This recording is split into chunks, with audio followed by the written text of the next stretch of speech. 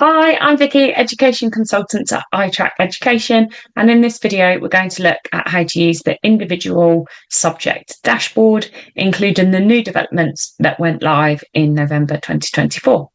So to get to this, we're going to select the individual subject dashboard from the blue toolbar on the left. Now this page is looking specifically at progress, so therefore I need to select 2 points in time. These are drop downs, so I can select any two periods that I wish. I'm just going to go for a whole academic year. I can then choose my subject, and all of the subjects that are available on ISN are now available to view on this page. I then need to set my target progress for each of the curriculums, and if I hover next to them, it's going to remind me what each of those are for.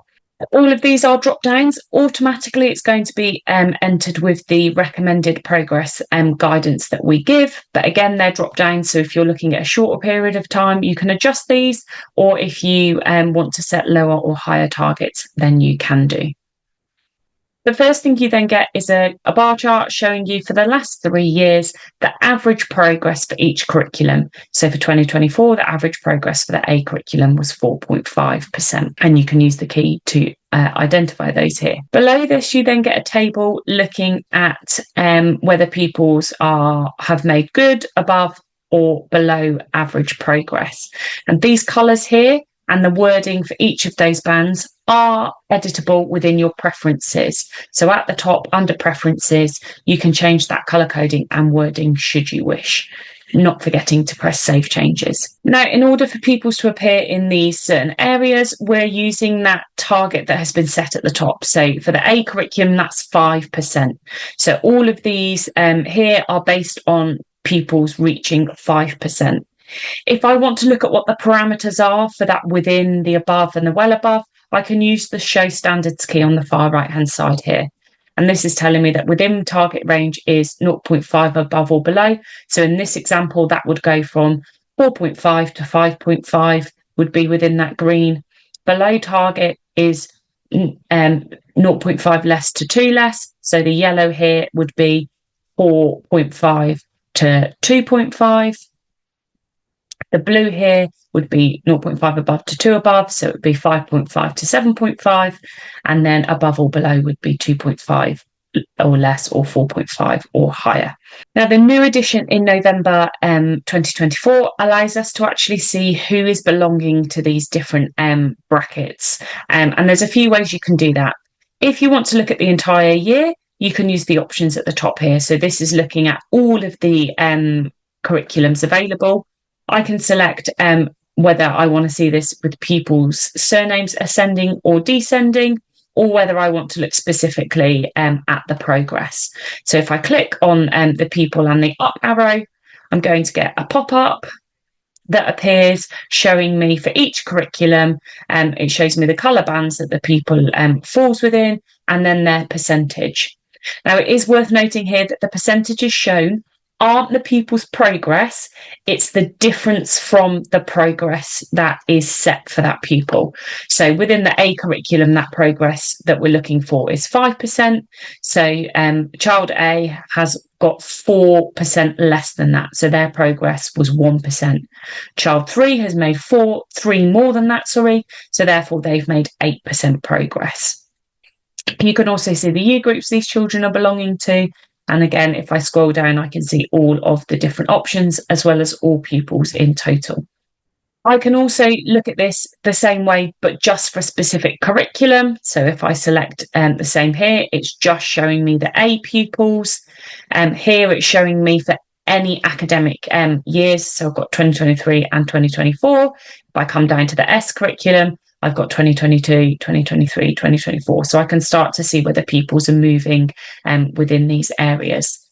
And if I select progress, then you can see the pupils are grouped based on their colours and the progress that they have made. I can also click on any individual percentage, and that is going to show me just the specific pupils that are within that bracket for progress. You can also print any of these panels using the print this panel at the top. You just simply click on this and it will print the active page. It also opens it in a new panel for you, so you're not going to have to kind of hunt around and find it. I then get all of the same information in terms of the percentages and numbers of pupils in pie charts below. However, those pop-ups aren't available. Pop-ups are only available within that table. At the top, you've got all of your usual filters. So if you want to look at specific year groups, classes, etc., or any of your own filters, then you're able to do so here. We're going to look at how to use the Combined Overview dashboard. To get to this, we're going to use the blue panel on the left-hand side and scroll down until we get Combined Overview dashboard. Now, what this allows me to do is look at progress for each of my subjects for all pupils as a whole, so I can see which subjects are performing well and which ones are performing more weakly. Again, we're looking at progress, so I need to select 2 points in time. These are drop downs, so you can select any 2 points. I'm going to go with a whole academic year. Now, you do have the option of what curriculums you want to show here. So you can look at overall, which is going to be combined for all of the pupils, or you can select an individual curriculum and then the data will show just for that specific curriculum. You've got your target options here. So this is where you're able to set what you're expecting in terms of progress. Automatically, it's going to be our default for expected guidance. These are all drop downs though. So if you're choosing a smaller period of time or you're setting higher or lower expectations, you're able to do so. What you then get is a table showing you the average percentage of progress for that subject. So you can see here, English, it's 2.4, personal social, it's 7.8, and you've got that for the last 3 years. Below this, you then get a table showing you the percentage of pupils working within the different target ranges. So here, for me, green is within target, pale blue is above, dark blue is well above, yellow is below, and orange is well below. You are able to edit this wording and colour coding using the preferences option at the top, and you can change the colours and wording here, not forgetting to press save.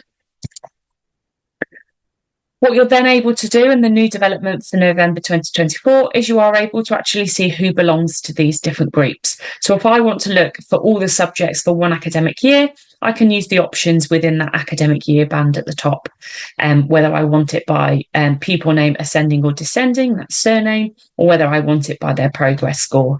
If I click on this, I'm going to get a pop-up that appears that shows me for each subject, all the pupils, what curriculum they're working on, the percentage of attainment they've achieved, and then the year group that they are working in. And then I can see that then for maths, science, etc. I can also look at this based on just a specific year group for all 3 years. So if I wanted to look at English, I'm going to get the 2022, 2023, and then 2024 options. And I can also select an individual percentage, and it will show me just the pupils working within that percentage for that curriculum, for that subject, for that academic year. Now I've got a standards key here that shows me what I'm looking at in terms of the percentages that are being set for pupils in terms of falling into the different brackets. So green is the within, so that shows you the different percentages that exist there.